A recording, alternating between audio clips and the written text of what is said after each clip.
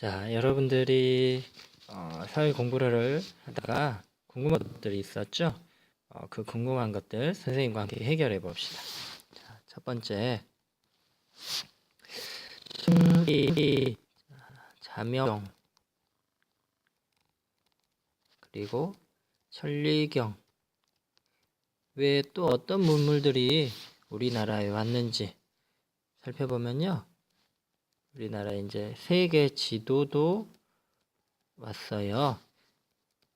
고려 만국 지도라는 세계 지도도 우리나라에 왔습니다. 그 전까지는요, 중국을 엄청 크게 그렸어요. 중국이 중심인지 알았거든요. 근데 이 고려 만국 지도라는 이 세계 지도를 보면 지금의 지도와 같이 우리나라, 일본, 중국, 유럽 그 나라의 어떤 땅의 크기들이 비슷하게 그려졌습니다. 그래서 아하, 중국이 중심이 아니구나 알 수가 있었습니다. 그 다음엔요, 또 중국 청나라를 거쳐서 많은 서적도 들어왔고요. 그 다음에 화포, 대포 있죠? 화포 기술이라든지 실제 화포도 이렇게 들어오게 됩니다. 자, 두 번째 질문은요, 여기 있는 이 서적과 관련된 건데요. 청나라를 통해서 유럽에 서적들이 들어옵니다. 서적이 이제 천주학이라는 책이 들어와요. 이렇게 여러분들 생각하면 돼요. 서학이라는 게 있어요. 서학. 한자로 이제 이렇게 서학. 뭐냐면 서쪽. 우리를 기준으로, 우리나라를 이렇게 기준으로, 이게 보면 이쪽이 서쪽이죠. 유럽에 있는 쪽. 그래서 서쪽이 학문이다 해서 이렇게 서학이라고 들어오고요. 이 서학 안에는요, 이제 책도 있고요. 여러 가지 과학기 있고요. 들어옵니다. 그리고 이 안에, 이 책들 안에 이제 천주학이라는, 여러분 천주교 있죠? 천주교의 그 학문이 들어옵니다. 천주학을 이제 로 보면 여러분이 좀 더 이해하기 쉬울 거예요. 천주학을 보면 천주 학, 한자 어떤 한자인지 알겠어요? 하늘이 주인이 되는 학문이다. 그 전까지는 어떤 학문? 그 전까지는 왕이 주인, 양반이 주인인 그런 생각이 우리나라에는 많았었죠. 천주학은 천주학, 하늘이 주인, 모든 사람 평등하다 이렇게 들어온 거예요.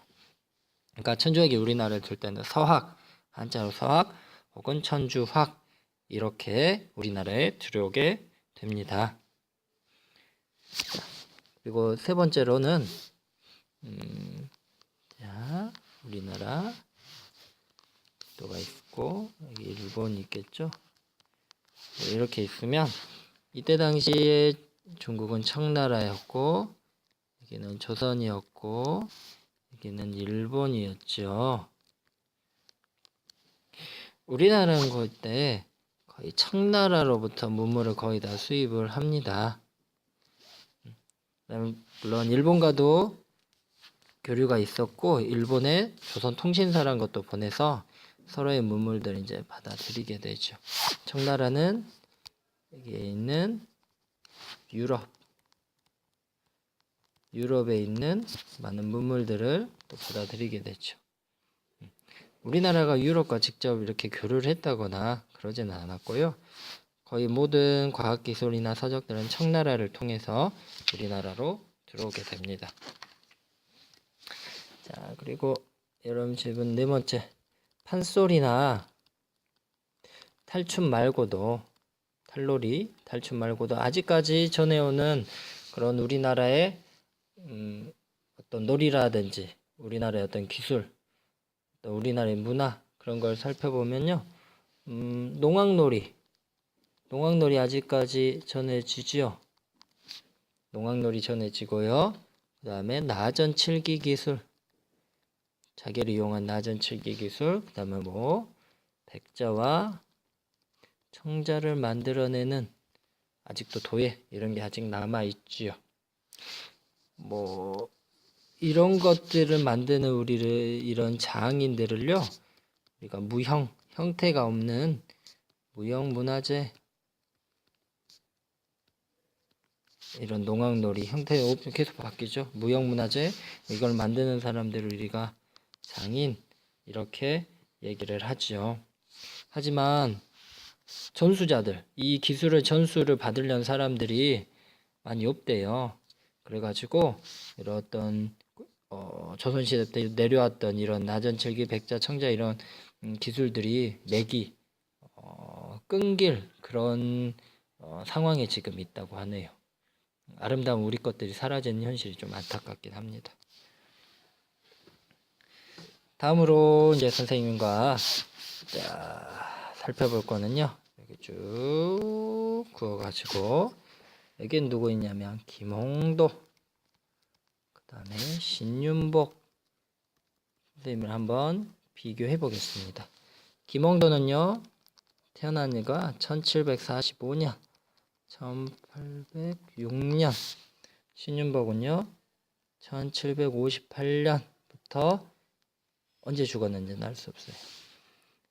이 보니까 김홍도가 먼저 태어났고 그 다음에 약 13년 후에 신윤복이 태어났죠.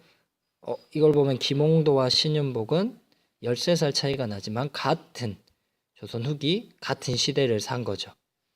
만났을 수도 있었겠죠, 이렇게 따져보면. 자, 김홍도부터 볼게요. 김홍도는요, 산수와 산과 강, 어떤 그런 것들, 그 다음에 인물화, 사람의 모습, 이런 그림 잘 그렸대요. 그리고 시, 서예, 또 악기, 또 잘 다뤘대요. 다재다능한 사람이었었죠. 김홍도는요, 강세왕이라는 사람의 제자였어요.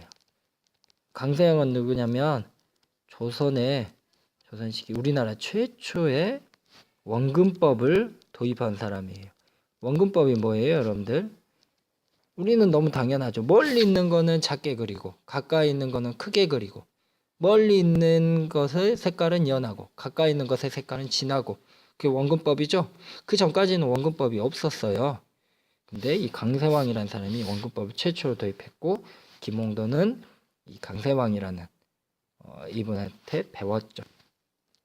김홍도는 도화서에 근무를 했어요.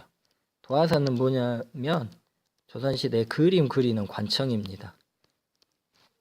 그러니까 공무원이었죠. 그림 그리는 공무원. 그림 아주 잘 그렸겠죠. 얼마나 잘 그렸냐면 29살에 그때 당시에 영조와 이제 정조가 이제 세자로 있을 때, 아직 왕이 되기 전에 용조와 그러니까 정조의 초상화를 그림. 왕이 초상화를 그린다는 건 엄청 큰 일이죠. 9살 초상화 때 그렸답니다. 하도 그림을 잘 그려서 정조는 김홍도를요, 현감이라는 벼슬을 줬대요. 현감. 지금 얘기하면 사또, 골사또, 우리가 뭐 원님 이렇게 얘기하죠. 현감은요, 당시에 김홍도는 그림 그리는 사람이라 계층은 중인이에요. 중인으로서 최고의 자리까지 올라가게 됩니다. 얼마나 그림을 잘 그렸으면 이렇게까지 올라갔겠어요? 하지만 정조가 죽고 정조 죽음 이후에 그 집권 세력이 있겠죠. 집권 세력으로부터 야, 너 정조랑 친했던 사람 아니야? 맞지? 그래서 이제 배척당하게 됩니다. 김홍도의 작품을 보면요, 스마일 이렇게 웃는 얼굴들이 많았대요. 웃는 얼굴. 그 이유는 어떤 정조시대 태평성대, 사람들이, 백성들이 살기 좋았던 그런 태평성대를 많이 표현하려고 했다고 해요. 자, 다음으로 이제 신윤복 살펴보겠습니다. 신윤복의 아버지는요, 자, 신한평이라고 해요. 왜 갑자기 아버지가 넣냐면 아버지가 도화서의 화가예요. 아까 도화서는 그림 그리는 관청이라 그랬죠. 그래서 신은병 역시 신분이 중인이라는 걸 우리가 알 수 있겠죠. 중인은 보통 그 아버지가 했던 직업을 그대로 이어오는 게 많습니다. 그림 그리는 거, 통역하는 일들. 그래서 중인이지 않았을까. 또 하나 더, 신윤복 역시 아버지의 뒤를 이어서 도화서에서 근무하는 화가이지 않았을까라고 추측을 합니다. 책에 조선시대 그런 기록에 정확히 남아있지 않지만 추측을 해보는 거죠. 여기서 김홍도 신윤복 한번 비교해 볼게요. 신윤복은요, 그 사람들이 이제 전문가들이 비교해 보니까 신윤복의 그림에 162명의 인물이 있대요. 그 중에 72명이 여자예요. 그런 반면에 김홍도는요, 김홍도에 나온 그림에는 184명의 인물이 있대요. 그중 몇 명 정도가 여자였을까요? 20명 정도가 여자였대요. 여기서 우리가 알 수 있는 거는 조선시대는 남존여비 사상이 강했어요. 남존여비 뭐냐면 유교 문화, 즉 남자를 조금 더 중시하고 여자는 낮게 여기는 그런 사회였는데 신윤복은 여자를 많이 그렸었죠. 이거를 통해서 어떤 여성에 대한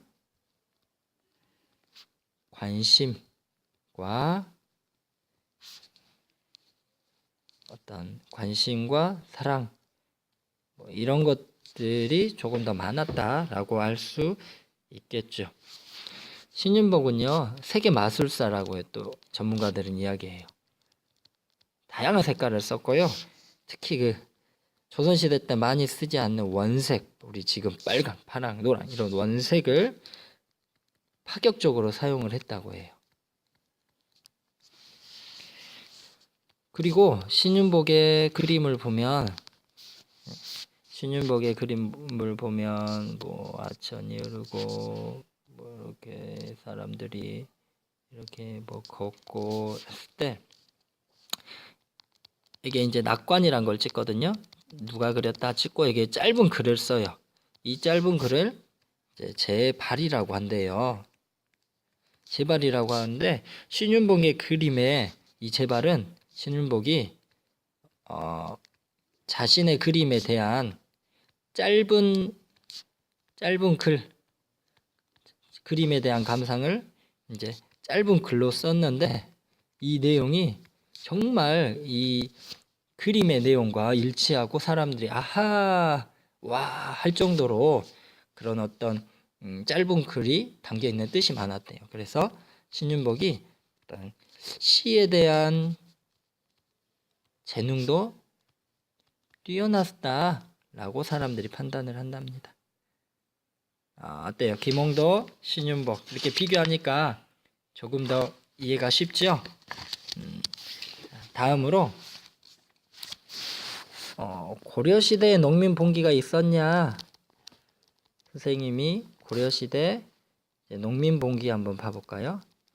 고려시대는 농민, 천민 그런 이제 봉기들이 많았어요. 예를 들어 망이망소이 농민과 천민도 많이 봉기가 있었죠. 망이망소이라는 사람이 난을 일으켰고 만적이라는 천민이 또 농민 봉기를 일으켰습니다. 조선시대 때랑 또 마찬가지예요. 왜 일어났겠어요? 과도한 세금, 과도한 조세제도, 세금을 너무 많이 매겼어요. 그 다음에 노동력을 착취하고, 그 다음에 양반들의 관세가의 수탈, 조선시대는 양반의 수탈이겠죠. 그 다음에 신분질서가, 고려시대 후반에는 신분질서가 이제 흔들리기 시작했어요. 그러니까 천민들도 막 남을 일으키게 됩니다. 그 이후에도요, 뭐 김삼이의 난, 뭐 효심의 난, 뭐 이비의 난, 뭐 최광수의 난, 뭐 등등 해가지고 많은 농민과 천민들의 봉기가 일어났습니다. 그럼 그 전 시대, 삼국시대는 어땠을까요? 삼국시대에도 난이 일어났어요. 특히 이제 신라시대 살펴보면 신라시대 신라말 진성여왕 시기 한번 봐볼 거예요. 신라말은 여러분 어땠어요? 나라가 아주 혼란스러울 때였어요. 이제 점점 이런 과도한 조세제도, 권세가 수탈, 이런 일들이 신라 말에 많이 일어났죠. 신라가 망하게 됐던 원인 중에 하나였어요. 그래서 이때는 조세제도 어땠냐면 정말 더 너무했어요. 죽은 사람에게 세금을 매기고요. 아이들, 노인들에게까지 세금을 매겼어요. 또한 귀족들의 수탈도 심해졌고, 이러한 이유로 인해서 또 많은 봉기가 일어나게 됐습니다. 지금까지 선생님과 함께 여러분들이 그 앨리스 공책에 궁금했던 것들 선생님이 여기다 정리했거든요. 이 내용 보고 여러분의 궁금증이 해결됐으면 좋겠습니다. 다음에 만나요.